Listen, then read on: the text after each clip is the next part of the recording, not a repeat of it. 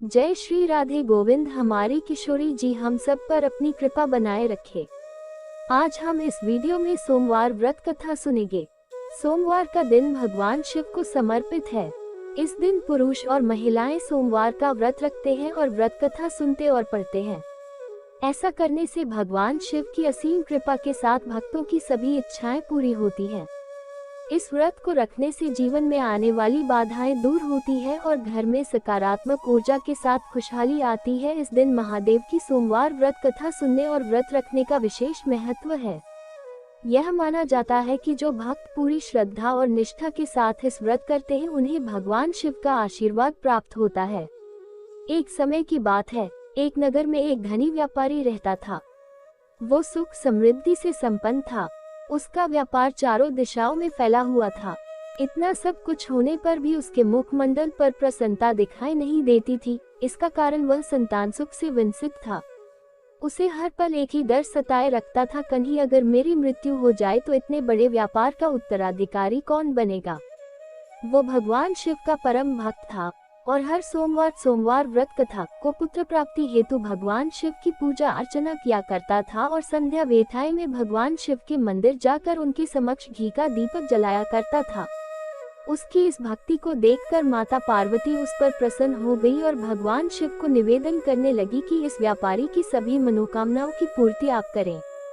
उत्तर में भगवान शिव बोले, हे देवी, मैं आपकी बात से सहमत हूँ, किंतु इस संसार में हर प्राणी को उसके कर्मों के अनुरूप फल की प्राप्ति होती है। अतः जो भी प्राणी जैसा कर्म करता है उसे वैसे ही फल की प्राप्ति होती है। शिवजी के वचन सुनने पर भी माता पार्वती उनकी बात न मानी और बार बार उन्हें उस व्यापारी की मनोकामना की पूर्ति हेतु अनुरोध करती रही। अंत में माता पार्वती के आग्रह को देखते हुए भगवान भोलेनाथ को उस व्यापारी को मनोवांछित वर अतः पुत्र प्राप्ति का वर देना ही पड़ा। वरदान देने के पश्चात भगवान शिव जी ने माता पार्वती से कहा, हे देवी, मैंने केवल आपके आग्रह पर उस व्यापारी को पुत्र प्राप्ति का वर दे तो दिया, किंतु उसका पुत्र 16 वर्ष की आयु से अधिक नहीं जीवित रह पाएगा। उसी रात्रि भगवान शिव ने उस व्यापारी को उसके स्वप्न में आके पुत्र प्राप्ति का वरदान दिया और साथ ही साथ उसकी मृत्यु 16 वर्ष की आयु में होगी उस बात से भी उसे अवगत करवाया। पुत्र प्राप्ति का वरदान पाकर व्यापारी की खुशी का कोई ठिकाना नहीं रहा, किंतु उसके अल्पायु होने की चिंता ने फिर से उसकी खुशियों पर ग्रहण लगा दिया था। व्यापारी वर प्राप्ति के बाद भी पहले की तरह नियमित रूप से भगवान शिव जी का व्रत करता रहता था और इसी कारण कुछ माह पश्चात उसके कुल में एक सुंदर और तेजस्वी बालक ने जन्म लिया और उसके घर को खुशियों से भर दिया। इतने समय पश्चात व्यापारी के कुल में पुत्र रत्न ने जन्म लिया था, तब उसका जन्मोत्सव बड़े ही हर्षोल्लास के साथ मनाया गया। किंतु दूसरी तरफ व्यापारी को उसके पुत्र के जन्मोत्सव में ज्यादा रुचि नहीं थी, क्योंकि उसे पहले से ही उसकी अल्पायु का रहस्य ज्ञात था। जब पुत्र की आयु 12 वर्ष की हुआ तब व्यापारी ने अपने पुत्र को उसके मामा के साथ विद्या ग्रहण करने हेतु वाराणसी भेज दिया था। पुत्र अपने मामा के साथ विद्या ग्रहण करने की यात्रा पर निकल चुका था। दोनों मामा और भांजा जन्हाब अभी विश्राम हेतु रुका करते, वहीं वो वहाँ यज्ञ किया करते और ब्राह्मणों को स्वरुचि भोजन भी खिलाया करते थे। एक लंबी यात्रा के पश्चात दोनों मामा भांजे एक नगर में प्रवेश करते हैं, जहाँ उस नगर के राजा की पुत्री का विवाह समारोह चल रहा था। पूरे नगर को एक दुल्हन की भांति सजाया गया था। निश्चित मुहूर्त पर वर की बारात का आगमन हो चुका था, किंतु वर का पिता उसके बेटे की एक आंख से अंधा होने पर बहुत चिंतित था, क्योंकि उसने यह बात कन्या के पिता को अभी तक बताई नहीं थी। उसे हर पल एक बात की चिंता सताती थी कि अगर राजा को इस बात का पता चल गया तो कहीं वो इस विवाह से इनकार न कर दे। अगर ऐसा हुआ तो उसकी बहुत बदनामी होगी और इसके पश्चात शायद उसके बेटे का विवाह दोबारा न हो पाए। वर का पिता अपनी चिंता में सोच ही रहा था कि उसकी नजर व्यापारी के सुंदर और तेजस्वी पुत्र पर पड़ी है। उसे देखते ही वर के पिता को अपनी समस्या से निजात पाने का एक सुंदर उपाय सूझा।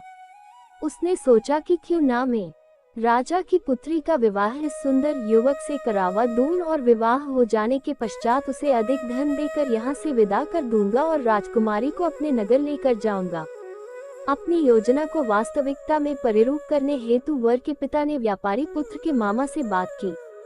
अधिक धन प्राप्त करने की लालसा में मामा ने वर के पिता की योजना का स्वीकार कर लिया था।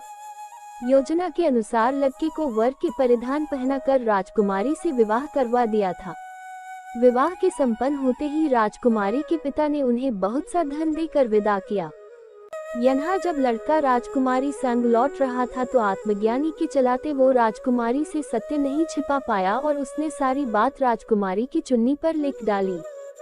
हे राजकुमारी, तुम्हारा विवाह मेरे साथ हुआ है और अब मैं विद्या अभ्यास हेतु वाराणसी को प्रस्थान करने वाला हूँ और तुम्हें जिस युवक के साथ उसकी भार्या बनकर अपना जीवन व्यतीत करना पड़ेगा वो एक आंख से अंधा है।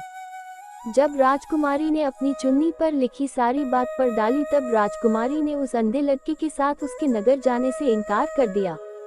जब राजा को इस सत्य का पता चला तब राजा ने राजकुमारी को पुनः पाने राज में बुला लिया था। वन्हा व्यापारी का पुत्र अपने मामा के साथ वाराणसी विद्या अर्जित करने हेतु पहुंच गया था और उसने वन्हा गुरुकुल में विद्या ग्रहण करना प्रारंभ भी कर दिया था। जब वह 16 वर्ष का हुआ तब उसने एक महान यज्ञ का अनुष्ठान किया और यज्ञ की पूर्णाहुति होने पर सभी उपस्थित ब्राह्मणों को स्वरुचि भोजन और अन्न और धन के दान से संतुष्ट किया। रात्रि होने पर जब वो अपने शयन कक्ष में निद्रा अवस्था में था तब शिव जी के कथन अनुसार उसी समय उसके प्राण पखेरु उड़ गए।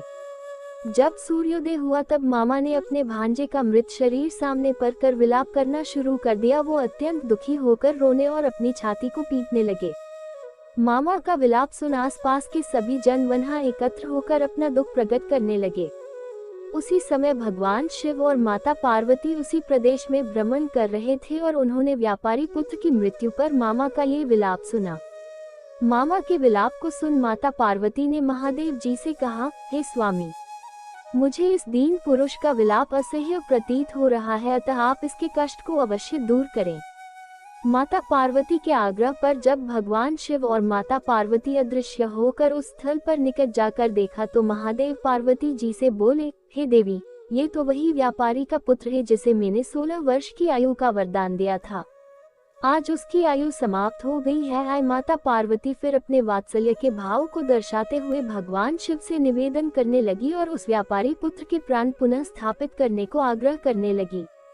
माता की बात सुन शिव जी ने प्रसन्न होकर उस व्यापारी पुत्र के प्राण पुनः उसके शरीर में स्थापित कर दिए और कुछ ही क्षण में वो फिर से उठ खड़ा हो गया। शिक्षा समाप्त होते ही दोनों मामा और भांजा पुनः अपने नगर की ओर प्रस्थान कर गए। मार्ग में वो उसी नगर में पहुँचे कि जहाँ व्यापारी पुत्र का विवाह राजकुमारी से हुआ था। अपने नित्य कर्म के अनुसार मामा और भांजे से इस नगर में भी भव्य यज्ञ का अनुष्ठान किया। जब राजा अपने नगर में भ्रमण कर रहा था तब उसने इस भव्य यज्ञ का अनुष्ठान देखा और दोनों मामा और अपने जमाता को पहचान लिया। दोनों को सहर्ष अपने राजमहल में आमंत्रित कर कुछ दिन उन्हें वहीं रुकने का आग्रह किया और अंत में धन और धान्य से परिपूर्ण कर दोनों मामा और जमाता को अपनी पुत्री राजकुमारी के साथ विदा किया। इधर व्यापारी और व्यापारी की पत्नी भगवान शिव के वचन को याद करते हुए अन्न जल त्याग कर पुत्र के समाचार की बड़े आतुरता पूर्वक देख रहे थे। उन्होंने ये प्रण लिया था अगर उनके पुत्र के प्राण नहीं रहेंगे तो वे भी अपने प्राणों को भगवान शिव के चरणों में समर्पित कर देंगे। तभी उन्हें अपने पुत्र के विद्या ग्रहण करके अपने नगर पुनः लौटने के समाचार प्राप्त होते हैं। इतना ही नहीं, उन्हें पता चलता है कि उनके पुत्र का विवाह एक राजकुमारी के संग हो चुका है और वो अपनी पत्नी के साथ नगर में पुनः आगमन कर रहे हैं। ये समाचार प्राप्त करते ही दोनों की खुशी का कोई ठिकाना नहीं रहा। वो भगवान भोलेनाथ की स्तुति करने लगे और उनका आभार व्यक्त करने लगे। उसी रात्रि को भगवान शिव उनके स्वप्न में प्रकट हुए और कहा, हे वत्स, मैंने तुम्हारे सोमवार के व्रत और व्रत कथा श्रवण करने से अति प्रसन्न हूँ, अतः मैंने ही तुम्हारे पुत्र को दीर्घायु का वरदान दिया है। पुत्र की दीर्घायु का वरदान सुनते दोनों व्यापारी दंपति की खुशी का ठिकाना नहीं रहता। अतः शिव भक्त होने के साथ साथ सोमवार के व्रत को विधिवत संपन्न करने और सोमवार की व्रत कथा का श्रवण करने से उस व्यापारी दंपति की सभी मनोकामनाएं पूर्ण हुई। इसी प्रकार जो भी भक्त सोमवार का व्रत विधि विधान से करता है और व्रत कथा का श्रद्धा पूर्वक श्रवण करता है तो भगवान शिव उसके सारे कष्टों हर लेते हैं और उसे मनोवांछित वर प्रदान करते हैं। जय भोलेनाथ। तो आज का वीडियो यहीं तक, फिर मिलेंगे अगली वीडियो में। तब तक के लिए आप सभी को प्रेम भरी राधे राधे।